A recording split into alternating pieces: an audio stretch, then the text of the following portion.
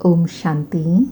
आज 12 जुलाई शनिवार के प्यारे बाप दादा के अनमोल मधुर महावाक्य हैं। आज की मुरली के सार में गोपी वल्लभ बाबा ने बहुत ही विशेष कहा कि मनुष्य गाते हैं, मुझ निर्गुण हारे में कोई गुण नहीं, और है भी ऐसे, कोई गुण नहीं है। मनुष्यों में मोह भी बहुत होता है, मरे हुए को याद करते रहते हैं, साल भर मुंह ढककर रोते रहते हैं। बाबा कहे, तुम अगर बाप को ऐसे दिन रात याद करो तो बेड़ा ही पार हो जाए। बाबा कहते हैं, जैसे तुम पति को याद करती रहती हो, ऐसे बाप को याद करो तो तुम्हारे विकर्म विनाश हो जाएंगे। जीवन नैया पार लगाने व अपना सौभाग्य बनाने के लिए अगर बाकी सबसे मोह निकल एक बाबा से सच्चा मोह हो जाए, अर्थात एक बाबा की याद सताए, तो बेड़ा पार है। फिर कहा कि बाबा रोज रोज बच्चों को समझाते रहते हैं कि अपने को आत्मा समझ बाप की याद में बैठो। अब उसमें और भी ऐड करना है, सिर्फ बाप नहीं, बाप भी है, टीचर भी है, सदगति दाता भी है, तीनों को याद करना है। वह नॉलेजफुल है, ज्ञान का सागर है, वही आकर राजयोग सिखलाते हैं।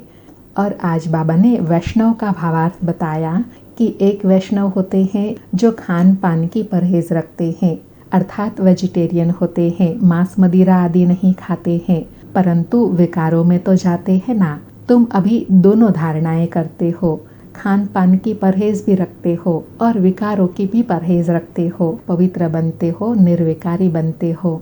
फिर कहा कि जो व्यापारी लोग होते हैं वह रोज अपना पुतामेल निकालते हैं, कितना खर्चा हुआ, कितना फायदा हुआ, रोज बैलेंस निकालते हैं, कोई मास में निकालते हैं। लेकिन बाबा कहे, यहाँ तुमको रोज रोज देखना बहुत ज़रूरी है, क्योंकि तुम्हारी अभी बहुत ऊंची कमाई है। क्योंकि बाबा कहते हैं, तुम बच्चे सौभाग्यशाली, 1000 भाग्यशाली, करोड़ भाग्यशाली, पदम अरब खरब भाग्यशाली बनते हो। जो बच्चे अपने को सौभाग्यशाली समझते हैं वह अच्छी रीति बाप को याद करते हैं, अपना पोतामेल रखते हैं, वही गुलाब के फूल खुशबूदार गुणवान बनते हैं, और वह बनेंगे याद से।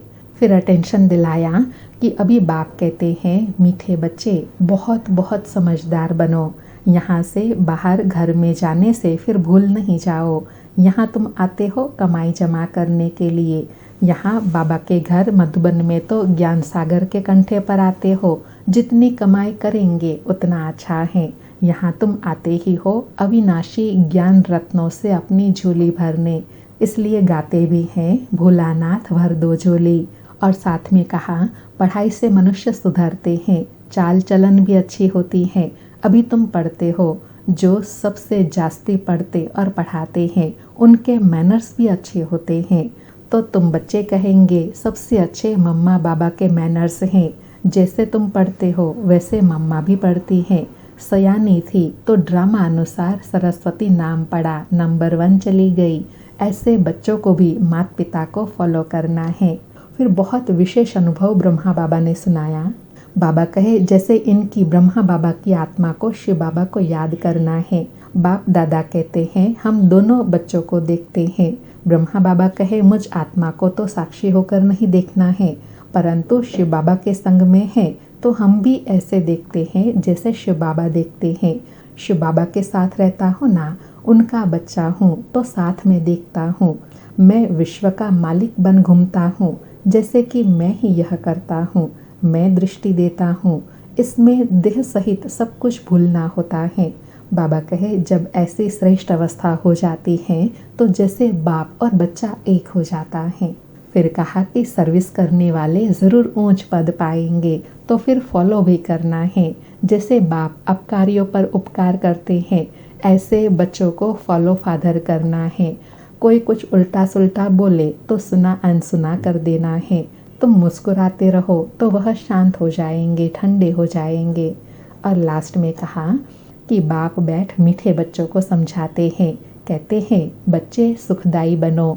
माँ कहती हैं, आपस में लड़ो झगड़ो नहीं, याद की यात्रा में रहो। अब तुम बच्चे जितना पुरुषार्थ करेंगे उतना अपना कल्याण करेंगे और दूसरों का भी कल्याण कर सकेंगे। सुनते हैं प्यारे बाप दादा के अनमोल मधुर महावाक्य। आज बाबा कहे, मीठे बच्चे तुम्हें सच्चा सच्चा वैष्णव बनना है। सच्चे वैष्णव भोजन की परहेज के साथ साथ पवित्र भी रहते हैं।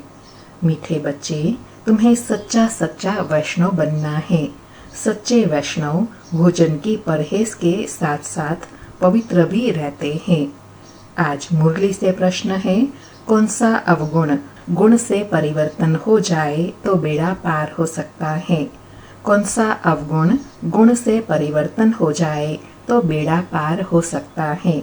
उत्तर में बाबा कहे, सबसे बड़ा अवगुण है मोह। मोह के कारण संबंधियों की याद सताती है। किसी का कोई संबंधी मरता है तो 12 मास तक उसे याद करते रहते हैं। मुंह ढककर रोते रहेंगे, याद आती रहेंगी। ऐसे ही अगर बाप की याद सताए, दिन रात तुम बाप को याद करो तो तुम्हारा बेड़ा पार हो जाएगा। जैसे लौकिक संबंधी को याद करते, ऐसे बाप को याद करो तो अहो सौभाग्य है।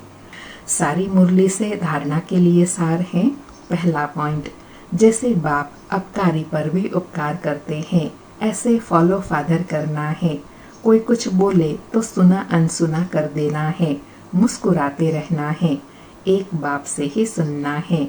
दूसरा पॉइंट, सुखदाई बन सबको सुख देना है, आपस में लड़ना झगड़ना नहीं है। समझदार बन अपनी झोली अविनाशी ज्ञान रत्नों से भरपूर करनी है। आज प्यारे बाबा का वरदान है, सागर के तले में जाकर अनुभव रूपी रत्न प्राप्त करने वाले सदा समर्थात्मा भव। सागर के तले में जाकर अनुभव रूपी रत्न प्राप्त करने वाले सदा समर्थ आत्मा भव।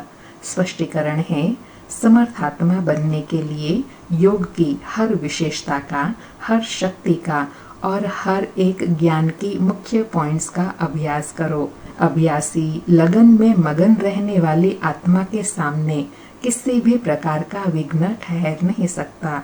इसलिए अभ्यास की प्रयोगशाला में बैठ जाओ। अभी तक ज्ञान के सागर, गुणों के सागर, शक्तियों के सागर में ऊपर ऊपर की लहरों में लहराते हो, लेकिन अब सागर के तले में जाओ तो अनेक प्रकार के विचित्र अनुभव के रत्न प्राप्त कर समर्थ आत्मा बन जाएंगे। बाबा ने कितना गुह्य समझाया कि समर्थ आत्मा कब बनेंगे, कि बाबा ने जो ज्ञान, गुण और शक्तियाँ दिया है उन सब की गहराई में जाना है तो अनोखे विचित्र अलौकिक अनुभव होते रहेंगे और आत्मा शक्तिशाली बन जाएंगी। आज का स्लोगन है, अशुद्धि ही विकारी रूपी भूतों का आह्वान करती है, इसलिए संकल्पों से भी शुद्ध बनो। अशुद्धि ही विकार रूपी भूतों का आह्वान करती है, इसलिए संकल्पों से भी शुद्ध बनो। अच्छा, मीठे मीठे सिकिलधे बच्चों प्रति माता पिता बाप दादा का याद प्यार और गुड मॉर्निंग। रूहानी बाप की रूहानी बच्चों को नमस्ते। हम रूहानी बच्चों की रूहानी माता पिता बाप दादा को याद प्यार, गुड मॉर्निंग और नमस्ते नमस्ते। आज के अव्यक्त इशारे हैं, संकल्पों की शक्ति जमा कर श्रेष्ठ सेवा के निमित्त बनो। आज की सेवा है, जैसे ब्रह्मा बाप ने विशेष श्रेष्ठ संकल्प से बच्चों का आह्वान किया, अर्थात ब्राह्मण बच्चों की रचना रची, वह संकल्प की रचना भी कम नहीं है। श्रेष्ठ शक्तिशाली संकल्प ने प्रेर कर भिन्न भिन्न धर्मों के पर्दों से निकालकर समीप लाया। ऐसे आप बच्चे भी शक्तिशाली श्रेष्ठ संकल्पधारी बनो। अपने संकल्पों की शक्ति को ज्यादा खर्च नहीं करो, व्यर्थ नहीं गवाओ, तो श्रेष्ठ संकल्प से प्राप्ति भी श्रेष्ठ होंगी। बाबा कहे, दोनों कार्य करने हैं, श्रेष्ठ संकल्पों की शक्ति जमा करनी है और जितना संकल्प शक्ति जमा होती जाएंगी उतना श्रेष्ठ संकल्पों के आधार से अनेक आत्माओं की पालना व आह्वान कर सकेंगे। अच्छा, ओम शांति। शुक्रिया बाबा, शुक्रिया। आप सभी भाई बहनों के लिए विशेष सूचना है, जो भाई बहनें प्रतिदिन मुरली सुनते हैं व मुरली सार सुनते हैं व इस चैनल पर वीडियो सॉन्ग देखते हैं, उन सभी भाई बहनों को निवेदन है, आप इस व्हाट्सएप नंबर पर व्हाट्सएप करें, मुरली टाइप करके जरूर भेजें। 9414092481 9414092481। 2481। धन्यवाद।